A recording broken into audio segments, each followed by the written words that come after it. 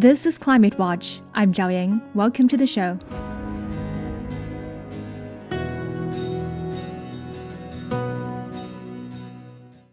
Solar power is playing an increasingly important role in the global energy transition.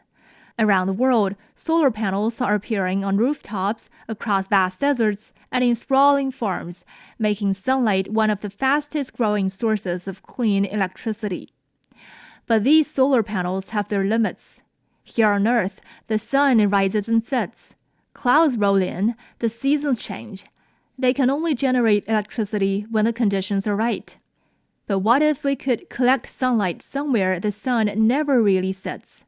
That's the idea behind space-based solar power. It involves placing large satellites with solar panels in geostationary orbit, 36,000 kilometers above the Earth. There, they bask in uninterrupted sunlight, 24/7. This energy is then converted into microwaves and beamed down to receiving stations on the ground.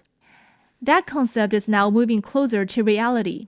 China recently announced a major milestone in its Zhuiri or sun-chasing project. Researchers successfully demonstrated a system that can wirelessly transmit more than a kilowatt of power over 100 meters and even deliver electricity to a drone in flight. It's the latest step in China's goal to build space-based solar power stations. If successful, they could provide clean, around-the-clock electricity not only for communities on Earth, but also for satellites, space stations, and future lunar missions. But how close are we to making that vision a reality? What breakthroughs has China achieved, and what challenges still stand in the way? Joining us now is Zhang Fan, Associate Professor of Astronomy at Beijing Normal University. Professor Zhang, it's great to have you with us. Great to be here. For listeners who are new to this idea, what is space-based solar power and how does it work? Right. So it's basically on Earth you have this solar panels or other alternative ways of collecting the sun's radiation energy and converting that to electricity.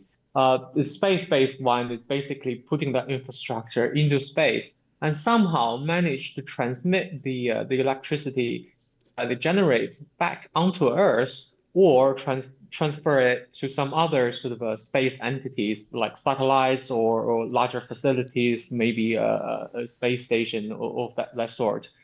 So it's basically just a translation of whatever is already available on Earth into space. Yeah, so as you said, we already have solar panels on Earth. We have massive solar farms in deserts and on rooftops. But what are the fundamental limits of them that make space-based solar so attractive? So basically, the first thing is that there is day and night cycles on Earth. So your solar panel at best, you can only work for half of the day. There is also the issue of the atmosphere. So basically, the sun, you should think of the sun as a exposed sort of a nuclear reactor. It's a fusion reactor that's blasting a lot of energy and particles. And the fact that we can survive means the Earth is actually protecting us. And the part of that protection is the atmosphere blocking a lot of the more harmful higher energy radiations that may cause sort of a ionization of stripping electrons from your atoms. But those kind of high energy radiations are actually particularly good for solar radiation. So by hiding behind the atmosphere, we basically suffer a loss of the potential solar energy that we can collect. So that's another thing. Other things like the seasonal and geographic and weather conditions, all causes all sorts of degradations of efficiency. So in theory, if you put these solar panels or solar sort of energy collectors up in the geostationary orbit, that's very far away from Earth. So the Earth can't actually block your point of view towards the sun. So if you can rotate that thing, so it's always facing the sun, then you can effectively be guaranteed of a 24-hour sort of solar energy generation. And if you can beam that back on Earth, then you do away with all the needs to store energy. So currently on Earth, the problem with the solar farms is you can't only have electricity during daytime. So you have to somehow store that energy either by pumping water up and use the gravitational potential energy to temporarily store the energy you generated, or just use a huge amount of batteries. But you lose a lot of energy that way, and those are expensive. But if you have a space-based version, then you have continuous injection of energy from the sun. Then you do away with a lot of the infrastructure needs. Yeah, so theoretically, this sounds like a perfect idea. And actually, I learned that this idea was first proposed in 1968. So, what has changed technologically or economically that makes it kind of more realistic today? Right. So at that time, it's more of a science fiction, right? It fits into this higher civilization narrative where people have proposed that alien civilizations that are more sort of advanced would harness more of their own sort of star's energy by essentially putting lots of solar panels in orbit around that star and collect that energy and somehow make use of that. So this would be like a simpler version of that at that time when it's proposed. But now it's becoming more plausible. First of all, because the launching cost has been reduced.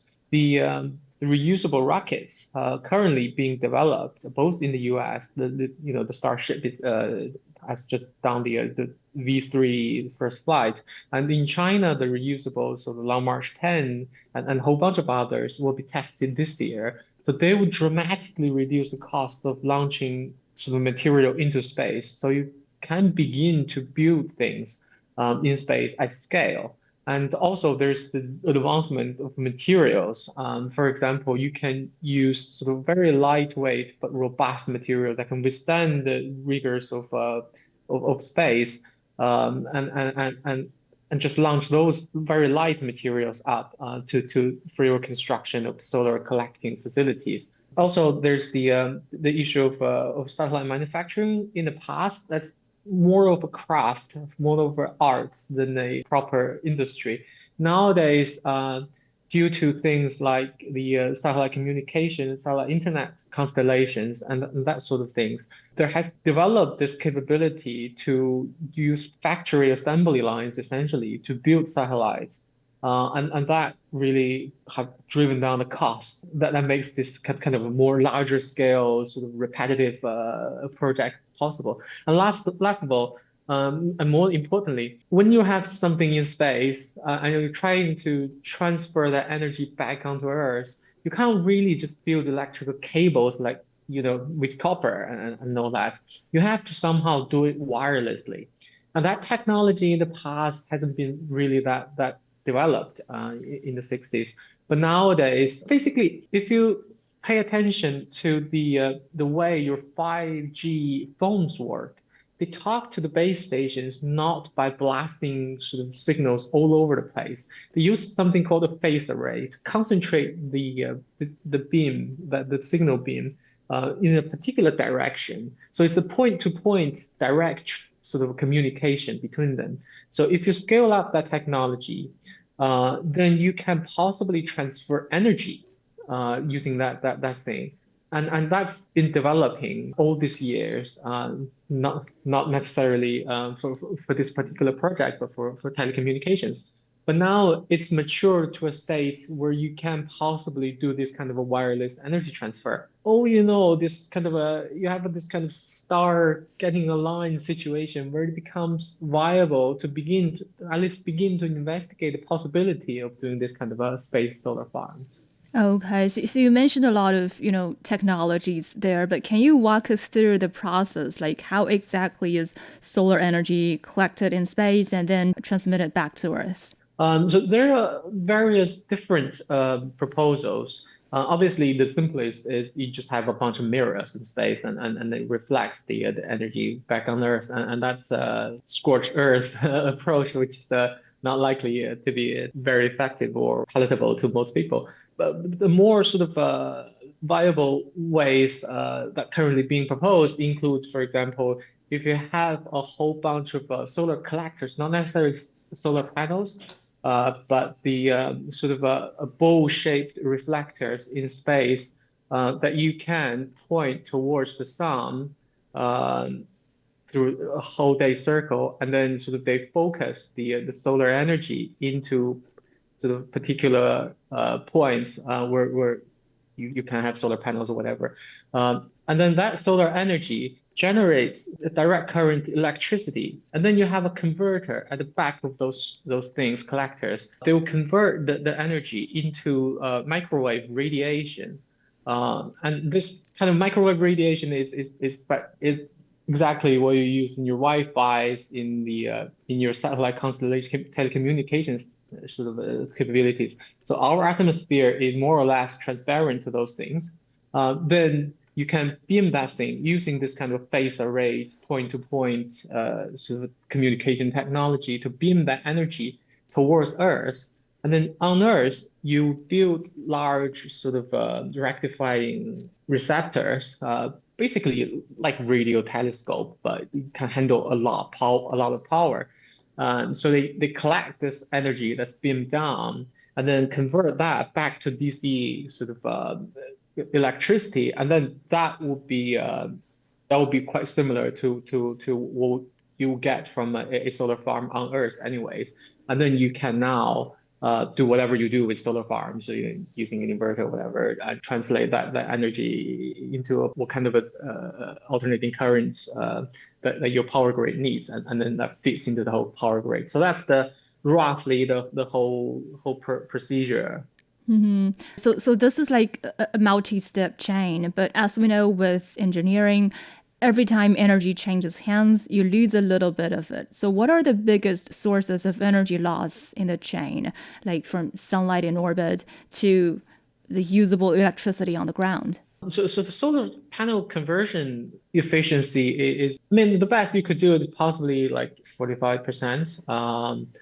There's currently new generations of technology being developed that can push that as hard as possible, but it's difficult to get to over 50%. And then the direct current to microwave conversion, it depends on your sort of equipment. That can get to something like 85% efficiency, maybe. This numbers are rough ballpark numbers, obviously. I don't have all the details right in front of me. But this wouldn't be the biggest loss of efficiency. The bigger loss comes from transmission back through the atmosphere. Our atmosphere is largely transparent, so that gigahertz sort of a microwave frequency, but being a microwave frequency, you can imagine the way your microwave oven works is it rotates the water molecules and transfer energy into those molecules. So if you have a lot of water vapors or just clouds in your way, obviously a lot of energy will go into heating that instead of getting to your ground. So that depends on the weather and where you build the ground stations. If you build it up high in some high plateau, then you have less of a problem. And this is incidentally why it's also a good idea to use this technology to not directly sort of transfer energy back to Earth, but give it to some other space facilities. Then you don't have this problem at all. And there's also the beam spreading problem.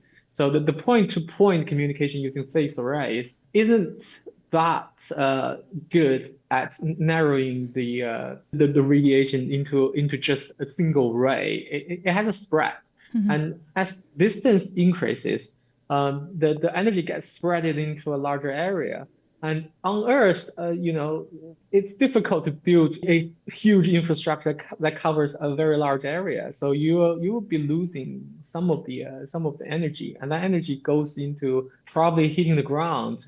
And that's one problem that you may have to deal with. That causes heating of a local area, which you may not want. So this is another reason why transfer energy directly between space entities is perhaps more useful. Also, for this, it's hard to give you a number of the efficiency because it depends on how much money you want to spend, how big of a receiver you want to build, what kind of a percentage you want to cover the ground with. And then finally, you have this ground station converting the whatever the microwave back into DC. That's another 80-some% efficiency. So overall, it would be good if you can do like 10, 20% of the total sunlight. So it sounds low, but considering how much the sun is actually putting out there, and you can build quite vast infrastructures in space, without other things in the way, then the potential is huge. But technological difficulties is also quite substantial. Okay, so I understand that it is very important to keep that beam very tight because the satellite is going to sit some 36,000 kilometers up in space, but it has to hit a specific target on Earth. So, how do scientists achieve that level of precision when the satellite itself is moving and also the Earth is spinning? So first thing is you want to put the solar farm in geostationary orbit. So it's always the same spot on Earth. The thing is hovering above. Otherwise, trying to track a fast moving target will be more difficult than tracking a more stationary one. And then the key technology is the thing I mentioned is the phased array technology. So essentially, you have a bunch of little antennas, just like in your phone. They each sends out a signal, but these signals they interfere with each other. Sometimes they constructively interfere, sometimes they destructively interfere. So you want to tune the signal radiation from all these little antennas in such a sequence that in some directions that you want, they interfere constructively. In other places, they interfere destructively. That means all the energy, all the beam actually only gets built up in the direction you want to send signal in. And this is the phase array thing. And the good thing about phase array is it's done electronically. You don't need to actually rotate the satellite. The satellite's rotation is only used to track the sun. And the beaming is done completely via electronics means you just need to tune the phase of the emitters of these little antennas, and that's why it's called the phase array. So that's the basic technology, and then to find where Earth the ground station is, the receiver is, you can send out a pilot signal from that ground station towards your satellites. Then it's like a flashlight in the dark, and then if you look at some window in your opposite building is shining a flashlight, then you can quickly zoom in and track onto the pilot beam. So another thing is there's something called adaptive optics. So when your signal goes through the atmosphere, you have a problem with turbulence in the air and other things that distort the path of your signal, so it doesn't necessarily get to your ground station in the simplest geometry prediction, and you can adapt your phase array in such a way to compensate for this kind of effects. So this is the mature technology that astronomers use when they have to look at the stars through this atmosphere. They need to correct for atmospheric interference. So basically, all this kind of technologies are there. It's just that they need to be tuned to extreme precision to handle this 36,000 kilometer vast distance, right? Yeah. Yeah, and China achieved a major milestone lately by transmitting 1,180 watts over 100 meters with roughly 20% efficiency and even powered a moving drone. What makes this such an important breakthrough? So this is basically concentrating on the question which just talked about a little while ago. One of the key sort of improvements in technology that made this whole space solar panel thing possible, space solar station thing possible, is this transmission of power back down to Earth or to other places in space. And this particular testing is basically doing this at the ground, sort of a mimicking facility. So the CDN University, they have been sort of studying the possibility of doing this space solar power plants since 2014, I think was the first time when they talk about the concept. And then during 2018 to 2022, they built the ground testing facilities on campus in the university. So that facility is basically to simulate the whatever you would need for space. So they have a big tower to basically host up this kind of reflectors to collect sunlight, and then at the back of it you have these converters and phase arrays. And then now they basically use that facility to test whether that phase array can transmit sort of power over longer distances. 100 meters is well, their campus is limited in size, right?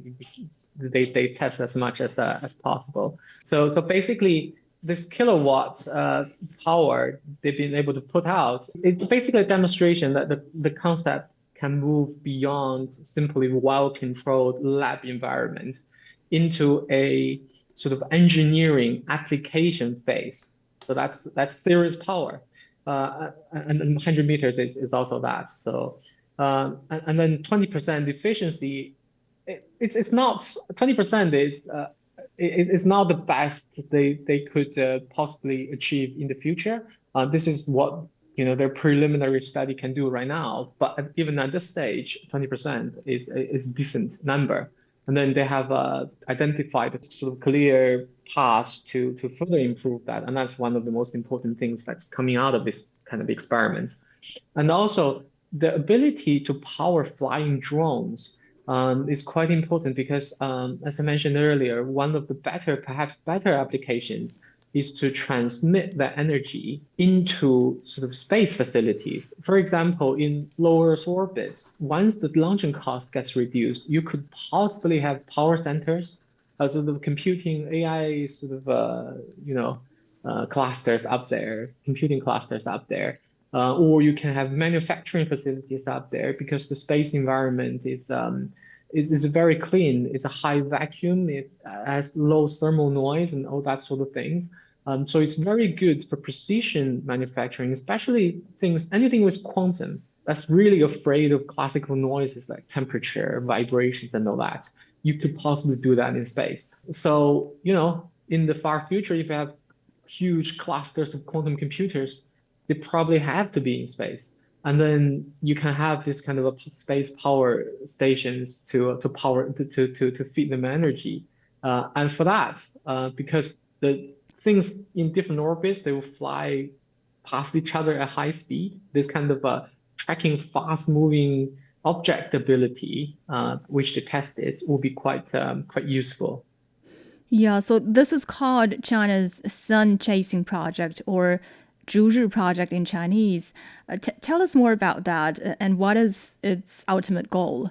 So this is the university, Xidian University in Xi'an, what they've been sort of proposing. And as I mentioned, the first phase of that program was to have this ground-based sort of full link, full system ground validation system built.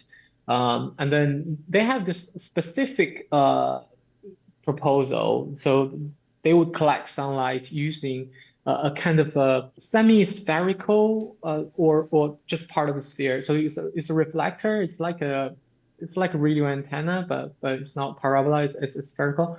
And then this reflector would concentrate sunlight into the focus or the central line shape, and then from there they can use solar panels or whatever to collect the focus, the more intense sort of solar beam. And they have very detailed studies of this thing. They proposed it because launching stuff into space is expensive, especially if it's very heavy. So they have this kind of composite materials, new generation material, and then very light foldable scaffolding. So when it launched, it packs into a really small, really light thing. And then once it gets into space in place, it expands into this huge reflector. So they've been working with the aerospace industry in China to make that possible, and it's currently being tested in their facility that they've been building since 2018. So right now they're basically developed. Current phase is their phase two. They've done the construction of the infrastructure on the ground. They're now focusing on developing every step of the technology necessary, which is why you have this news that they have this microwave beaming technology that you mentioned in your last question. They're now seeing results of their research. And then the eventual goal is to launch a whole bunch of these things, these solar collectors into sort of geostationary orbits. I think initially they want to launch a 1 kilometer wide solar panel sort of array into orbit. Timeline is perhaps before 2030, that kind of timeline.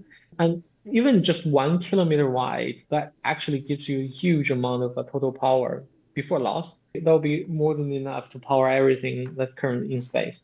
And then the ultimate long-term goal, of course, is a sort of multi-gigawatt sort of space solar power station, sort of eventually serving Earth's energy needs. So they have this quite comprehensive plan going on.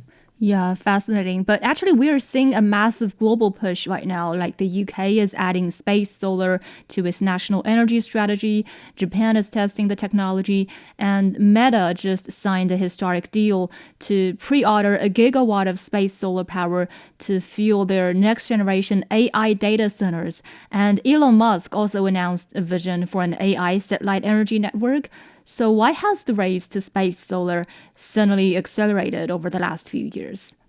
So this thing has always been sort of studying, but more by academics, sort of in the background. But recently, uh, because high-profile people, some of whom you mentioned in your question, sort of focused on this thing, partly because they want to find uses for the capabilities that they've been developing. Some of them, they are excellent engineers. They talk about rethinking problem from first principle. They don't necessarily begin by having a long-term project or uses for the technology. For example, the reusable launch vehicles. In their view, when they first develop that technology, they just look at something that's done in the past and they think it's not done efficiently, and they want to sort of throw out everything and redo from first principles from the beginning and redesign everything. And now their persistence and their work actually is paying off. So they can, especially with the next generation of launch vehicles, they can put a lot of stuff in space. Now they look around to look at what possibly could be put in space, right? And this kind of space solar farm gotten into their view, and they've been pumping up in public sort of arena in the news media.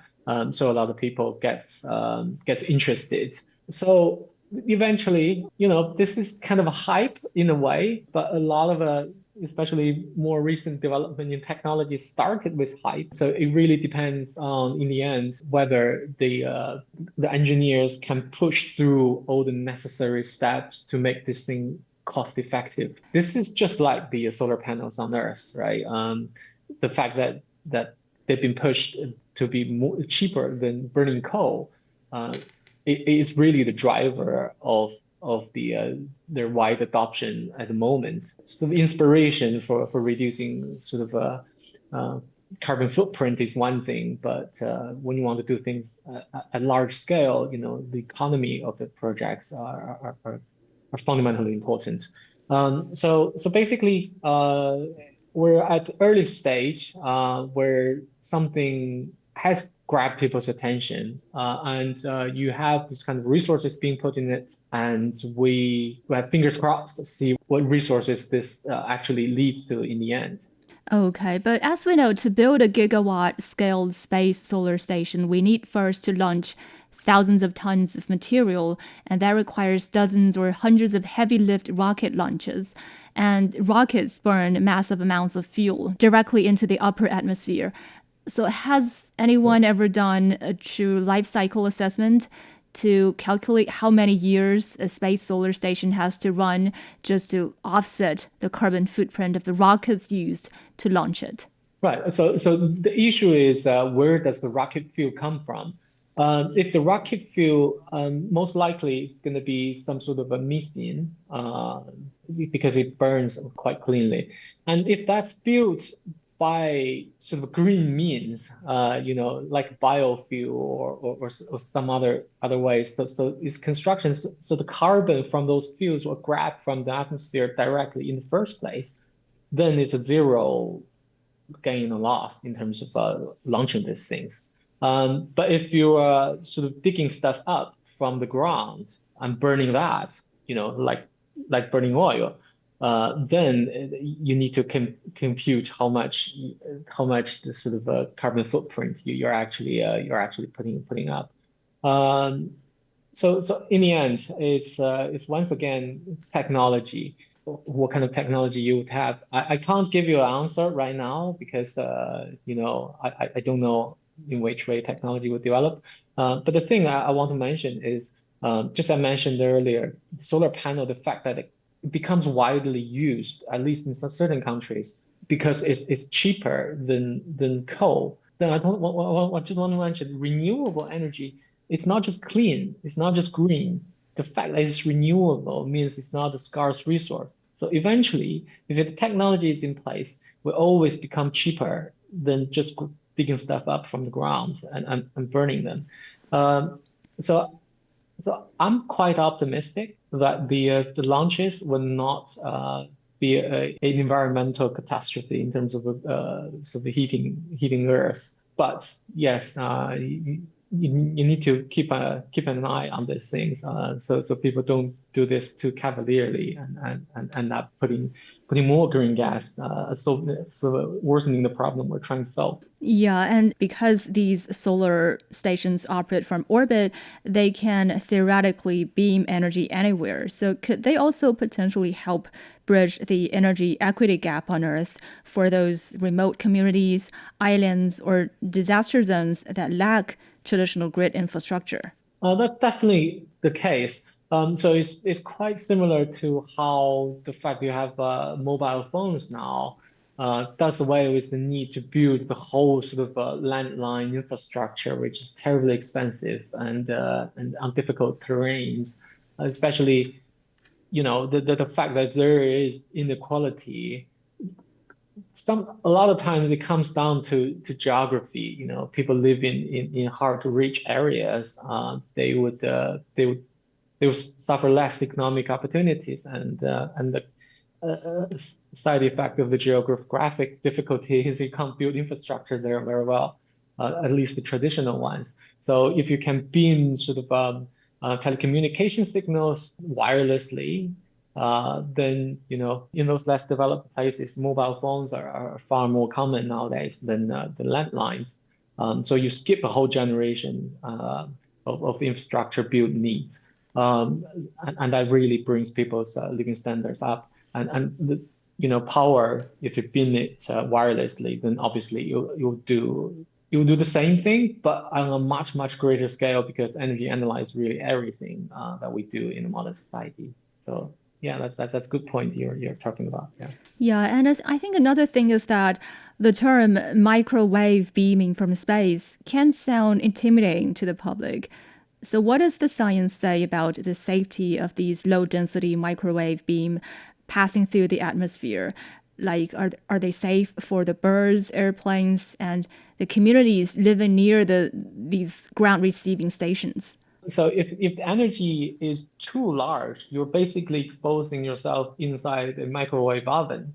But it's not going to be that intense because of simply the beam spreading effect and everything. And also the ground station wouldn't necessarily be built in a very heavily concentrated population size concentrated place. You'll probably be built somewhere very remote on a high, dry place where you find those radio telescopes, basically. Those places are usually very barren. You don't find people in miles around.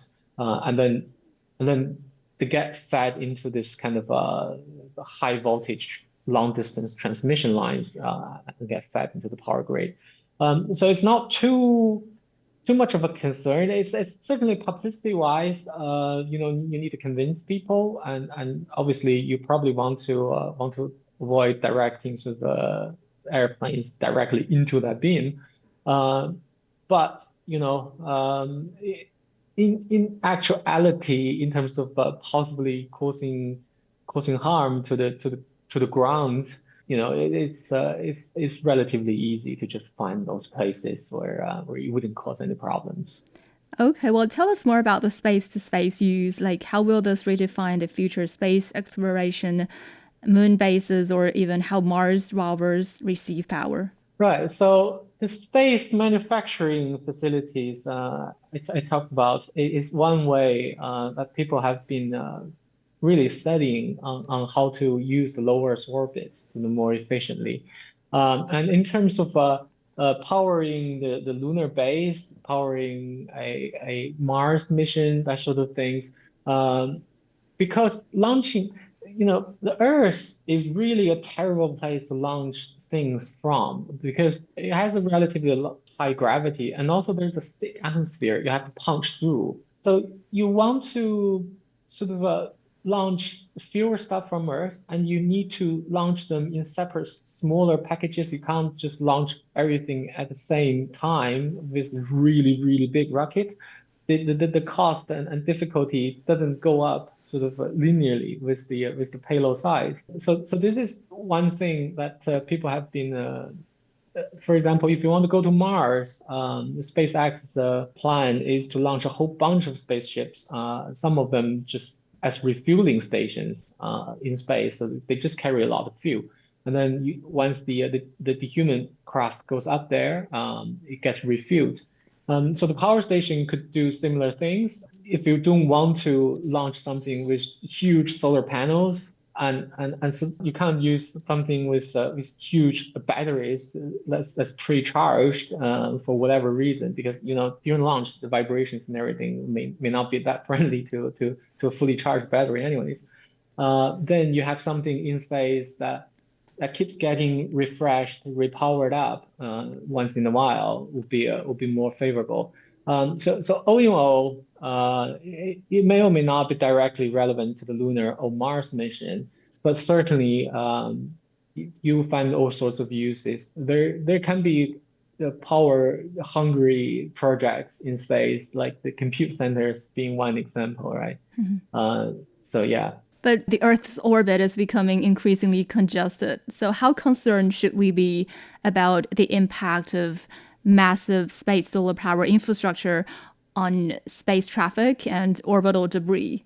Right. The problem with the space is you want to avoid collisions between things. Mhm. So space is vast, right? If you kind of arrange things to avoid each other properly, then you can fit a lot of stuff in it. The problem now is because orbit, you can't stay just above your country. So even in this geostationary orbit, it's limited resources, so you have to put stuff elsewhere as well. The major problem is because no country has single jurisdiction over a patch of space, so everybody puts stuff everywhere else, and people don't necessarily talk to each other that much. For example, if you have this telecommunication satellite constellations from different companies and they're not talking to each other, then there's a high probability that the satellites would sort of collide into each other and smash themselves into lots of little pieces and causes more collisions and blow up more sort of satellites, and that causes a cascade that eventually covers our near space as the low Earth orbit with huge amount of debris. So obviously, putting anything, including solar stations, up there would increase the conjunction up there. But the key solution is not to put stuff up there. Is really to solve this organizational problem. So it's more to do with people than things, right? So we need to begin to be more careful and talk to each other and be more open, get rid of geopolitical and company commercial problems,